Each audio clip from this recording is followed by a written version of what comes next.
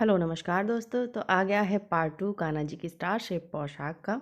तो बस इसमें हमें क्या वर्क करना है, जो कोटी पे ऊपर मैंने बनाया है जिससे लुक आ रहा है हमारा, जैसे इन्होंने पोंचू पहना हो, तो उसको बनाना स्टार्ट करते हैं।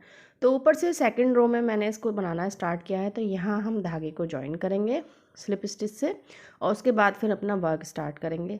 इस तरह से बाउंड्री करने के बहुत सारे तरीके होते हैं, लेकिन इस तरह से जो हम करते हैं तो ऐसे लगता है जैसे ड्रेस के ऊपर से हमने पोंचो पहना रखा। तो यहाँ हम 3 चेन लेंगे और क्रोशिया पर धागा लेते हुए 5 टाइम हमें क्रोशिया अप डाउन करना है, मतलब धागा बार बार लेंगे।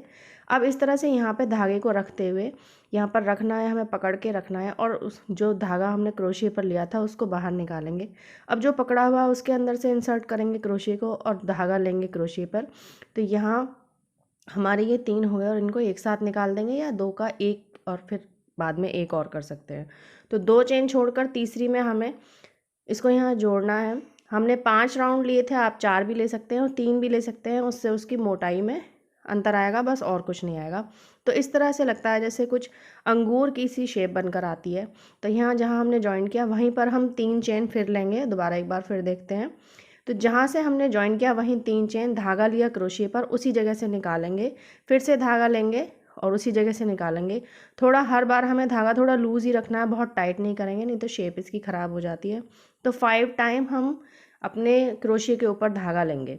5 बार लेने के बाद ये धागा जो ऊपर है इसको पकड़ेंगे और यहाँ से निकालते हुए, देखिए निकालते हैं सही से निकलने का क्या पहचान होती है कि धागा जो है हमारा प्ले करना चाहिए, हम क्रोशिया को ऊपर नीचे करें तो ये अच्छे से मूव करे।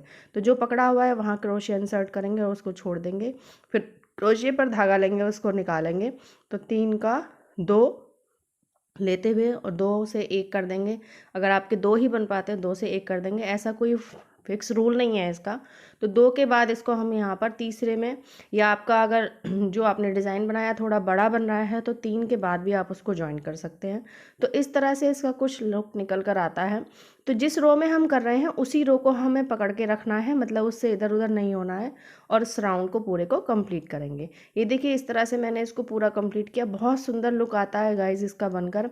आप चाहें तो जहाँ पर स्लिप होती हैं हमारी एंड नीचे वाली जो रो है वहाँ भी इसको बना सकते हैं, तो बिल्कुल ये फिर बिल्कुल बाजू पर आता है। एक बार से मैं फिर आपको बनाकर दिखाती हूँ।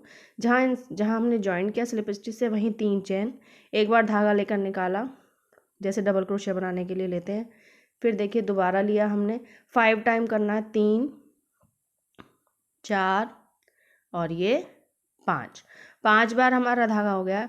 अब जो हमारा फिंगर पर धागा है जो जिससे हम वर्क करते हैं उसको हम यहाँ पर पकड़ेंगे और क्रोशिया में हम धागा लेंगे और इसको इस तरह से बाहर पूरे में से निकाल देंगे। बहुत इजीली निकल जाता है और निकलना इजीली सही है, मतलब इस तरह से हमारे इसमें प्ले होना चाहिए। तो जो धागा हमने पकड़ा था वहाँ पर हम क्रोशिया डालेंगे और इसमें से एक चैन एक बार धागा लेकर निकालेंगे और 2 हो गए और 2 का ये 1 कर दिया बस। तो इसको हम अपने लास्ट में बिल्कुल जॉइन कर देंगे। कहीं पर कम ज़्यादा हो रहे हो तो इससे कोई बात नहीं है, अगर कहीं एक कम हो रहा हो तो उसको पीछे ही एडजस्ट कर लेंगे, सामने वाले में सिमिलरिटी लाने की हम कोशिश करेंगे। एक चैन लेते हुए धागे को हम कट कर देंगे। आप चाहें तो इसी धागे से यहाँ पर चैन बनाकर उसके कॉर्नर पर भी ऐसा बना सकते हैं, मैंने नहीं बनाया है क्योंकि ड्रेस जो है उसका साइज़ बिल्कुल ऐसा है, बिल्कुल फिक्स आई है, बांधने की ज़रूरत ही नहीं है। तो वीडियो अगर अच्छी लगी तो please like share and subscribe my channel. Bye bye.